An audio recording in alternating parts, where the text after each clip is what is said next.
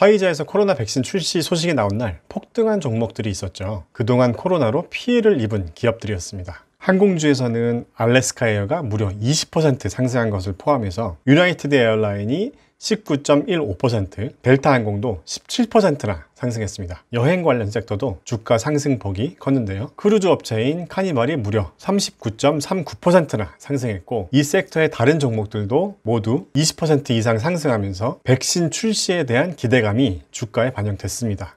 그리고 리츠 섹터의 기업들도 코로나로 피해를 본 대표적인 기업들이죠. 리얼티 인컴을 제외하고는 모두 30% 내외로 주가가 폭등했고요. 호텔즈도 메리어트가 13.87%, 힐튼이 12.22% 상승했고, 카지노도 10에서 30% 사이로 주가가 상승했습니다. 제가 11월 3일에 업로드했던 영상에서 화이자 백신 출시와 관련한 기사를 언급하면서 백신 출시 이후를 대비해보자는 취지로 급등이 예상되는 종목들과 투자하면 좋을 ETF도 한번 정리를 해드렸었는데요. 그 영상을 보신 분들 중에서 각자의 판단으로 매수를 하신 분이 계신다면 지금 어느 정도 수익을 내고 있으실 것 같은데요. 아직 이 섹터의 종목들을 포트폴리오에 추가하지 못한 분들은 이런 생각을 하실 수도 있습니다. 앞으로 더 많이 오르지 않을까? 지금이라도 들어가야 하나? 라고요. 그래서 오늘은 코로나 백신의 수혜주들에 대한 투자 전략을 어떻게 가져가는 게 좋을지에 대해서 한번 알아보겠습니다. 자, 그 밖에 몇 개 종목들에 대해서 좀 더 알아보면 디즈니 같은 기업도 백신 출시 소식에 주가가 상승했는데요. 아무래도 디즈니 같은 기업은 디즈니 플러스가 있긴 하지만 오프라인 매출 비중이 훨씬 크다 보니까 바로 주가가 이렇게 반응을 했습니다.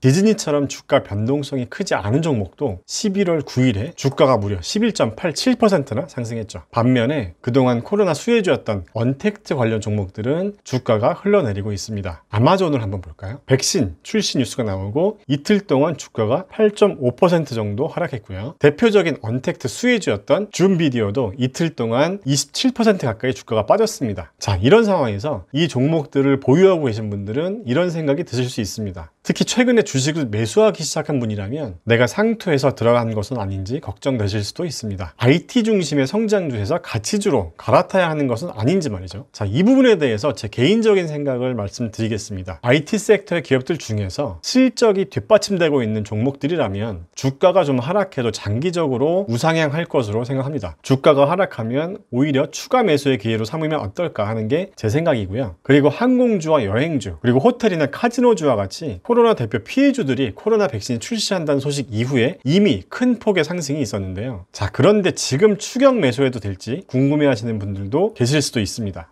그래서 오늘의 이야기는 이렇게 준비해봤습니다. 첫 번째로 코로나 백신으로 주가 상승이 예상되는 섹터의 투자 전략을 한번 잡아보겠습니다. 그리고 두 번째로는 방금 전에 보여드렸던 항공, 여행, 크루즈, 카지노, 호텔이나 리츠 섹터에서 각 섹터별로 한 개 종목에만 투자를 한다면 어떻게 종목을 골라야 할지에 대해서도 알아보겠습니다. 그리고 투자한다면 목표 주가는 어떻게 잡아야 할지에 대해서도 한번 이야기해 보겠습니다. 자, 세 번째로는 코로나 백신 출시 기업들이 화이자 말고도 여러 기업들이 있는데요. 모더나나 다른 백신 개발 종목들을 지금 사도 될지, 그리고 투자에 유의할 사항은 어떤 것들이 있는지 알아보고 오늘의 이야기를 마무리하겠습니다. 자, 그리고 제 포트폴리오 전략에 대해서 잠깐 말씀을 드리고 넘어가겠습니다. 포트폴리오 구성할 때 리스크 해지를 위한 분산 전략은 아주 중요합니다. 여러분도 너무 한쪽에만 편향된 포트폴리오는 피해 주시기 바라고요. 저도 현재까지는 4차 산업혁명 관련 종목들의 비중이 높은 편이긴 하지만 적절한 분산을 통해서 주기적으로 포트폴리오 리밸런싱을 하면서 제 포트폴리오를 다듬어 나갈 생각입니다. 그리고 제 포트폴리오에서 종목이 많은 이유는 전에도 말씀드렸지만 4차 산업혁명 대형주들 주가가 너무 비싸다는 판단이 들어서 저평가 유망주를 발굴하는 과정이 있었기 때문입니다. 선별 작업을 통해서 종목을 점차 줄여나갈 생각이고요. 그냥 미주분은 이렇게 하는구나 정도로만 참고해 주세요. 자, 개인 투자 성향에 따라서 포트폴리오 구성 전략은 모두 다를 수 있거든요. 아무튼 그래서 저는 10월부터 최근까지 4차 산업혁명 종목들 외에 화이자나 리제네론, 버텍스 파마슈티컬즈 같은 바이오 제약 기업들 종목들도 매수하기 시작했고요. 코로나 백신 출시 이후를 생각한 경기 순환주로 Z7 ETF나 OA ETF 같은 경기 순환주들도 포트폴리오에 추가해줬습니다. 자, 그 외에 저평가 고성장주로 이빅스와 엑셀리시스도 최근에 포트폴리오에 새로 추가를 했는데, 이빅스는 제가 매수한 이후에 주가가 40% 이상 상승을 하면서 제 포트폴리오에서 보유 비중이 크지 않은데도 불구하고 수익 금액 기준으로 투식스에 이어서 3위에 랭크가 됐습니다. 투자한 지 한 일주일 만에 수익률이 무려 46%가 넘는데요. 며칠 사이에 주가가 올랐다고 기뻐할 필요도 없고 또 주가가 하락했다고 불안해할 필요도 없지만 그래도 이렇게 남들이 다 아는 기업이 아닌 나만의 루틴으로 유망한 기업을 발굴해 나가면서 그 기업이 성장하는 과정을 함께 하고 그 결과가 주가에 반영되는 것을 보면서 기업과 내가 같이 성장하고 있다는 것을 느끼고 싶었고요. 우리가 공부한 만큼 돈 벌 수 있다는 것을 여러분에게도 보여드리면서 건강한 투자 문화를 같이 만들어 나가고 싶었습니다. 코로나로 피해를 입은 이 종목들의 투자를 생각하신다면 먼저 주의할 게 있는데요. 이 종목들은 대부분 코로나로 인해 매출 실적에 큰 타격을 받은 기업들이잖아요. 특히 항공주들은 코로나 이전 대비해서 매출이 반토막 난 상태이고요. 그리고 일부 기업은 재정적으로도 심각한 상태이기 때문에 코로나 백신의 출시 기사 하나만 보고 주가가 오를 것으로 예상을 하고 무작정 투자하면 안 된다는 거죠. 자, 그러면 각 섹터별로 딱 한 개의 투자할 기업을 골라야 한다면 어떤 것을 봐야 할까요? 자, 저는 투자 전략을 이렇게 세울 것 같습니다. 첫째로 재무 상태가 양호한지 투자 전에 반드시 체크를 해야 합니다. 여기 있는 기업들은 모두 코로나로 심각한 피해를 본 기업들이기 때문에 재무 상황들을 체크해 보면서 그동안 코로나를 잘 버티고 있었는지 아니면 다른 문제가 없는지를 체크해 봐야 합니다. 그리고 두 번째로 목표 주가를 잡아야 합니다. 이 섹터의 기업들이 과연 백신 출시된 이후에 코로나로 피해 입기 전의 주가로 돌아갈 수 있는지에 대해서는 개인적으로 좀 의문이 듭니다. 왜냐하면 코로나로 피해를 입은 피해 금액을 만회하려면 매출 실적이 코로나 이전보다 더 좋아야 할 텐데요. 코로나 이전 수준의 매출로 언제 복귀할지에 대해서도 생각보다 그 기간이 오래 걸릴 수도 있을 것 같거든요. 그렇기 때문에 제 개인적인 생각으로는 52주 최고가 기준에서 한 80% 정도 수준을 목표 주가로 잡고 한번 보수적으로 투자 전략을 짜보면 어떨까 합니다. 자, 그리고 세 번째로 투자 기간입니다. 저는 이 섹터의 종목들에 투자를 한다면 기간을 길게 가져가고 싶지는 않거든요. 지금으로부터 최소 한 6개월에서 1년 정도를 보유하면서 분기별 실적이 좋아지는 것을 계속 확인해 줘야 할 것 같습니다. 그래서 내가 정한 투자 기간 동안 목표 주가의 달성이 된다면 일단 수익 실현을 할 생각입니다. 자, 그러면 지금부터 기업을 선정해 볼 건데요. 제 온라인 강의에서 저와 같이 공부하고 계신 분들은 제가 드린 체크리스트를 이용해서 기업의 비즈니스 모델과 가치평가 그리고 재무제표 세 가지 항목에 대해서 직접 점수를 매겨보시면서 투자할 기업을 선정해 보세요. 자, 이렇게 6개 항공사들 중에서 투자 지표나 재정 상황 등을 보면서 일단 한 개의 기업을 선정해 보겠습니다. 여기서 선정된 기업이라고 해서 투자를 하겠다는 뜻이 아니고요. 선정된 기업에 대해서 다시 정밀 분석을 해봐야 한다는 거죠. 제 강의를 들으시는 분들은 제가 드린 체크리스트로 분석을 해보시고 스스로 정한 투자 기준 이상이 되는지를 한번 확인해 보세요. 자, 그럼 빠르게 한번 체크해 보겠습니다. 좀 내려가서 트레이딩 쪽을 한번 보겠습니다. 먼저 현재 주가가 52주 최고가는 최저가 대비 어떤 포지션에 있는지를 한번 확인해 보겠습니다. 자, 델타항공을 예로 들어볼게요. 델타항공은 52주 최고가 대비 현재 주가가 41.15% 하락한 상태입니다. 즉 코로나 이전의 주가보다 41.15%가 하락해 있다고 보면 되겠죠. 52주 최저가 기준으로는 약 100%, 즉 2배 정도 상승한 상태고요. 방금 전에 말씀드린 것처럼 목표 주가를 코로나 이전 수준의 80% 정도로 잡아본다면 델타항공의 경우는 52주 최고가가 64.48달러이기 때문에 이 가격을 기준으로 80%를 적용해 본다면 49.98달러라는 금액이 나옵니다. 자, 그렇다면 델타항공의 경우 현재 날짜 기준 주가인 36.77달러에 매수했다면 목표 주가는 49.98달러, 목표 수익률은 36% 정도가 되겠네요. 일단 이렇게 러프하게 아웃라인을 잡아보고 세부적으로 분석해 들어가자는 거죠.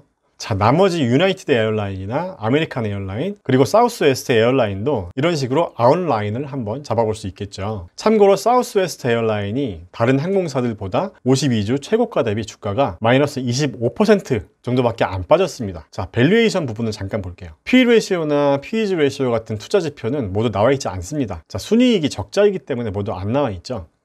그래서 PS 레이시오나 EV 세일즈로 볼 경우에는 해당 기업의 최근 5년 평균 투자 지표와 현재의 밸류에이션을 한번 비교해 보시기 바랍니다. 제가 몇 개의 기업을 봤었는데 PS 레이시오나 EV 세일즈가 과거 5년 평균이랑 투자 지표가 거의 비슷하더라고요. 자, 그렇다면 결국 이 기업들의 주가도 매출 실적이 받쳐줘야 오르겠죠.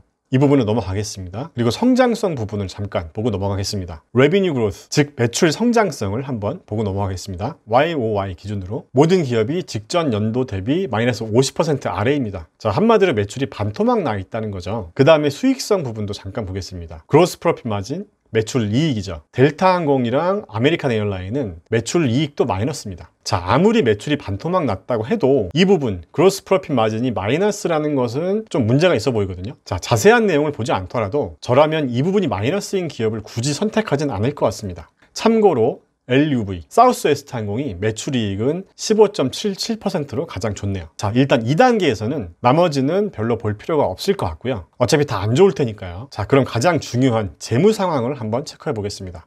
먼저 부채 비율을 한번 볼까요? 델타항공은 부채 비율이 1350%가 넘습니다. 거의 자본 잠식 수준으로 보여지는데요. 자, 부채 비율은 아무리 안 좋아도 400%를 넘지 않는 기업을 선택하는 게 좋다고 말씀드렸었죠. 그리고 아메리칸 에어라인도 이렇게 표기가 안 돼 있어서 찾아보니까 자본 잠식 상태라고 합니다. 자, 그 다음에 유동 비율과 당좌 비율까지 한번 보겠습니다. 여기서는 1이 넘어야지 좋은데 이렇게 또 표기가 안 되어 있는 기업은 별도로 체크를 해봐야 합니다. 자, 부채 비율이나 유동 비율, 당좌 비율은 LUV, 사우스웨스트 항공이 가장 좋습니다. 일단 여기까지 투자 지표만 보면서 기업을 선정해 본다면 저는 사우스웨스트 항공을 좀 더 알아볼 것 같습니다. 자, 나머지 기업들도 이런 방식으로 한번 개별 종목을 선정해 보시면서 투자할 기업을 분석하고 목표 주가나 투자 기간을 정해보는 과정을 통해서 주식 투자 공부를 해보시면 어떨까요? 자, 그 다음에는 코로나 백신을 개발하는 기업들의 주식은 지금 사도 될지에 대해서 제 생각을 말씀드리겠습니다. 먼저 지금 보시는 그래프는 코로나 백신을 개발하고 있는 모더나와 화이자, 존슨앤존슨의 최근 1년 주가 변화를 가져왔는데요. 모더나는 2020년 2월부터 코로나 백신 개발 소식이 전해지면서 이미 주가가 337%나 올랐습니다. 코로나 백신 출시에 대한 기대감이 이미 주가에 모두 반영되어 있지 않나 하는 생각이고요. 반면에 화이자의 최근 1년 주가 변화는 9% 정도 상승에 그치고 있고 존슨앤존슨은 15.4% 정도만 상승했습니다.